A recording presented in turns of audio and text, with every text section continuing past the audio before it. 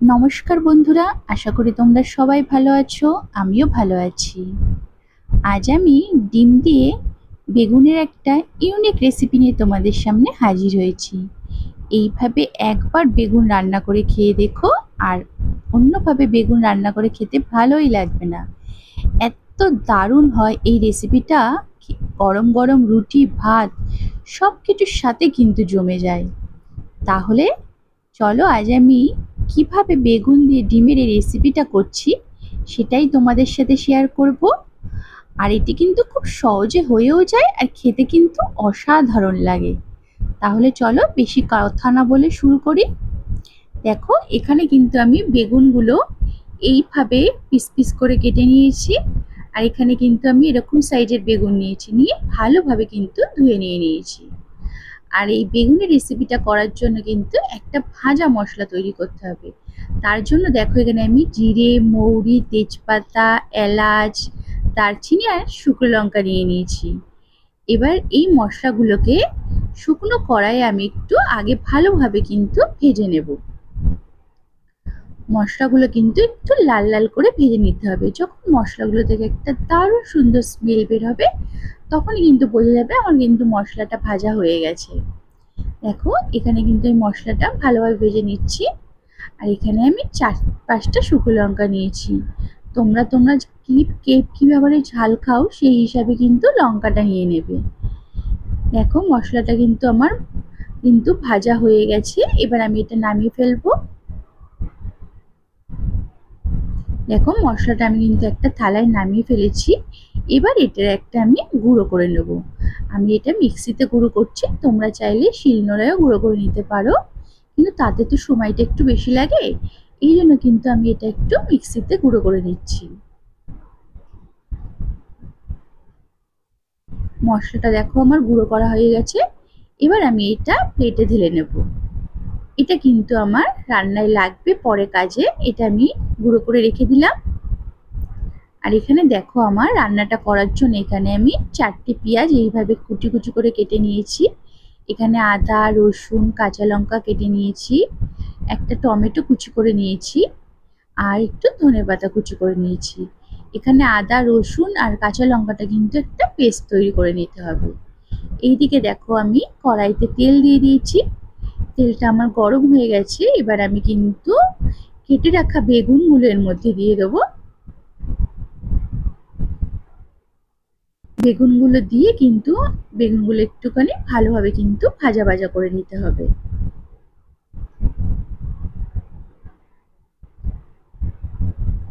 এবার এখানে কিন্তু আমি অল্প সামান্য নুন দিলাম।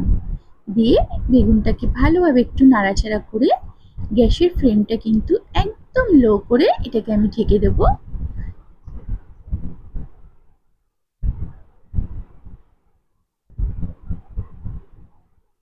এবার দেখো কিছুক্ষণ পরে আমি এসছি, আবার কিন্তু বেগুনটাকে আর একবার উল্টে দেব। এক পিঠ কিন্তু ভাজা হয়ে গেছে, আর এক পিঠ উল্টে দেবো। এখানে কিন্তু আমাকে কিন্তু 80% কিন্তু বেগুনটা এখানে পুরো ভালোভাবে ভেজে নিতে হবে। নিয়ে তারপর কিন্তু বেগুনটা আমি তুলে নেব।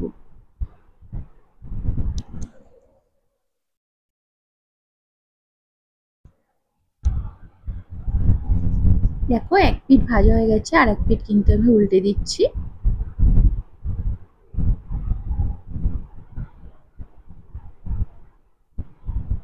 দিয়ে দেখো আমি আবার ঢাকাটা দিয়ে দিলাম। তারপরে দেখো আবার কিছুক্ষণ পর আমি ঢাকাটা সরালাম। সরিয়ে কিন্তু বেগুনটা কিন্তু এখানে আমার 80% পুরো ভাজা হয়ে গেছে। এইভাবে কিন্তু ভেজে নিতে হবে। এবার কিন্তু আমি বেগুনটা তুলে নিলাম একটা বাটিতে। তেলটা একটু ঝরিয়ে ঝরিয়ে তুলে নিতে হবে।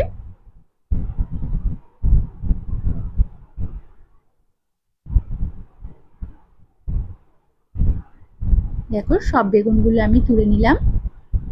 এবার এই বেগুন ভাজা তেলের মধ্যে আমি কিন্তু শুকনো লঙ্কা দুটো ফোড়ন দিয়ে দিলাম, আর একটু সামান্য জিরে ফোড়ন দিয়ে দিলাম।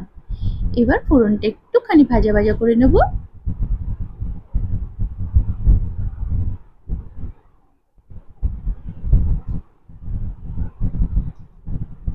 ফোড়নটা দেখো যখন একটু ভাজা ভাজা হয়ে আসবে, তখন কেটে রাখা পেঁয়াজগুলো আমি এর মধ্যে দিয়ে দেবো।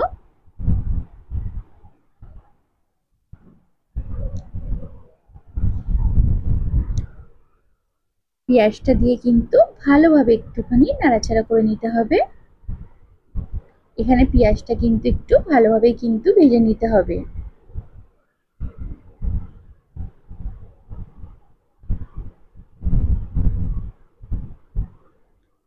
এবার দেখো আমি পেঁয়াজটা ভাজার জন্য কিন্তু একটু ঢাকা দিয়ে দেবো। একটু ঢেকে কিন্তু আমি আজকে পেঁয়াজটা ভেজে নেব। তারপর দেখো ঢাকাটা সরিয়ে দেখো পেঁয়াজটা কিন্তু আমার ভাজা ভাজা কিন্তু হয়ে এসছে, লাল লাল হয়ে গেছে।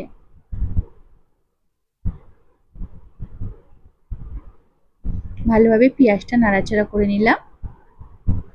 করে এর মধ্যে দেখো আমি কিন্তু পরিমাণ মতো হলুদ দিয়ে নিলাম।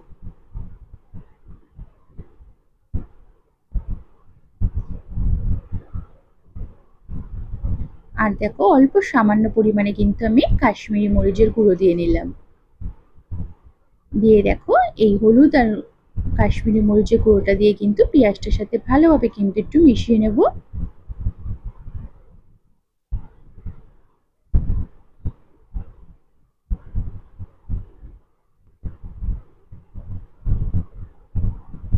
এবার এর মধ্যে কিন্তু আমি অল্প সামান্য জল দিয়ে দেবো। জলটা দিয়ে পেঁয়াজটা কিন্তু আবার ভালোভাবে কিন্তু মিশিয়ে নিচ্ছি জলের সাথে।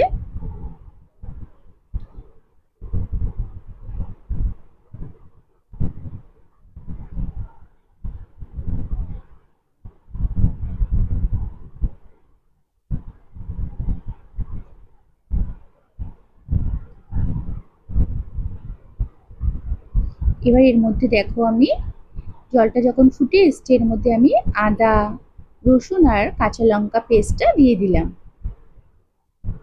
দিয়ে ভালোভাবে কিন্তু মশলাটা কষিয়ে নেব। এবার এই মধ্যে কিন্তু ভাজা মশলাটা দিয়ে দিলাম।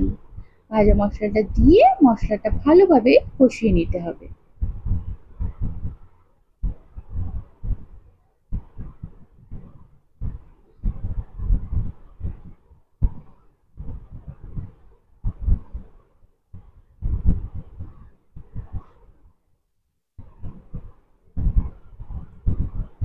অল্প সামান্য জল দিয়ে দিলাম মশলাটা কষাবার জন্য।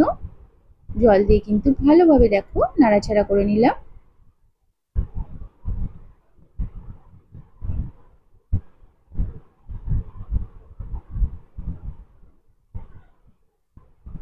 এবার এর মধ্যে দেখো আমি অল্প সামান্য মাছের ডিম দিয়ে দিলাম।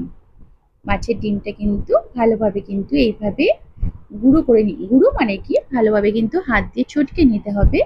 দিয়ে তারপরের মধ্যে মশলাটার ভিতরে দিয়ে দিতে হবে। অল্প সামান্য মাছের ডিম দিয়ে কিন্তু আজকের এই বেগুনি রেসিপিটা আমি করে নিচ্ছি। এটা কিন্তু খেতে অসাধারণ লাগে। দেখো মাছের ডিমটা দিয়ে কিন্তু মশলার সাথে মাছের ডিমটা ভালোভাবে কষিয়ে নিতে হবে। যখন এটা থেকে তেল ছাড়বে ততক্ষণ কিন্তু পর্যন্ত আমাকে মশলাটা কষিয়ে যেতে হবে। এখানে কিন্তু মাছের ডিমের পরিমাণ বেশি লাগবে না, অল্প সামান্য হলেই হয়ে যাবে। দেখো মশলাটা থেকে কিন্তু আমার তেল বেরিয়ে এসছে। এবার কিন্তু এর মধ্যে আমি কেটে রাখা টমেটো কুচি আর কটা কাঁচা লঙ্কা আস্ত দিয়ে দিলাম। দিয়ে আবার ভালোভাবে মশলাটা আমাকে কষিয়ে নিতে হবে।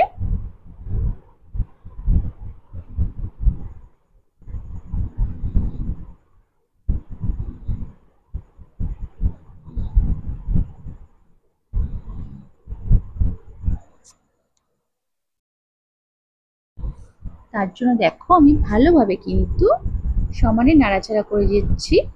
এবার এর মধ্যে কিন্তু আমি পরিমাণ মতো নুন দিয়ে নিলাম। দিয়ে আবার ভালোভাবে মশলাগুলোর সাথে মিশিয়ে নেব।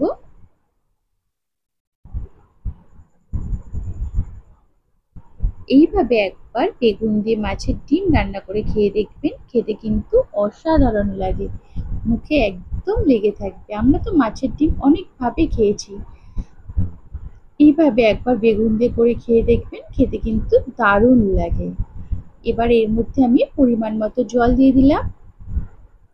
মাছের ডিমটা সেদ্ধ হওয়ার জন্য কিন্তু পরিমাণ মতো জল দিয়ে দিলাম। মশলাটা আমার কষে এসেছিল। জল দিয়ে ভালোভাবে নাড়াচাড়া করে নিলাম। যতটা পরিমাণে জল লাগবে সেরকম পরিমাণে কিন্তু জল দিতে হবে এখানে। আমি আরেকটু জল দিয়ে দিলাম, দিয়ে ভালোভাবে দেখো জলটা মিশিয়ে নিলাম। মিশিয়ে এবার কিন্তু এটা আমি ঢেকে দেবো ফোটার জন্য।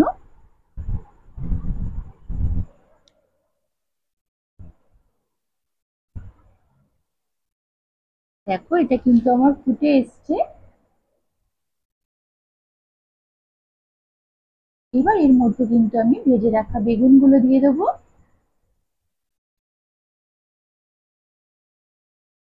বেগুনগুলো কিন্তু এখানে লম্বা লম্বা ভাবে কাটলে কিন্তু বেগুনের টেস্টটা দারুণ আসবে। দিয়ে কিন্তু বেগুনটা দিয়ে কিন্তু ভালোভাবে ফুটিয়ে নিতে হবে, যাতে মাছের ডিমগুলো বেগুনের ভেতর ভালোভাবে ঢুকে যায়। খেতে কিন্তু গরম গরম ভাতের সাথে বা রুটির সাথে কিন্তু দারুণ লাগে। এবার দেখো এর উপর দিয়ে কিন্তু আমি ধনেপাতা ছড়িয়ে দিলাম। দিয়ে এবার এটা কিন্তু কিছুক্ষণ ফোটার জন্য রেখে দিতে হবে। এখানে কিন্তু আর ঢাকা দেওয়ার প্রয়োজন নেই। দেখো এটা কিন্তু আমার ফুটে পুরো কিন্তু ঘন ঘন হয়ে গেছে। এবার কিন্তু আমি এটাকে নামিয়ে ফেলবো। এই সময় কিন্তু একটু নুন মিষ্টিটা টেস্ট করে নেবে, যে ঝাল নুন মিষ্টিটা ঠিক আছে কিনা। আমার কিন্তু বেগুনের রেসিপি রেডি। এবার কিন্তু আমি তুলে ফেলবো। তাহলে বন্ধুরা, কেমন লাগলো আজকের এই ডিম দিয়ে বেগুনের রেসিপিটা? ভালো লাগলে কিন্তু অবশ্যই একটু লাইক ও শেয়ার করে দিও, আর কমেন্ট করে জানিও কেমন লাগলো। গরম গরম ভাতে এরকম ভাবে বেগুন মাখবে আর খাবে, খেতে কিন্তু দারুণ লাগে। আর যারা এখনো নতুন আমাকে বন্ধু করনি, অবশ্যই একটু বন্ধু করে আমার পাশে থেকো। আর এইভাবে কিন্তু বাড়িতে একবার বেগুনের রেসিপিটা করে খেয়ে দেখো, খেতে কিন্তু অসাধারণ লাগে, মুখে একদম লেগে থাকবে।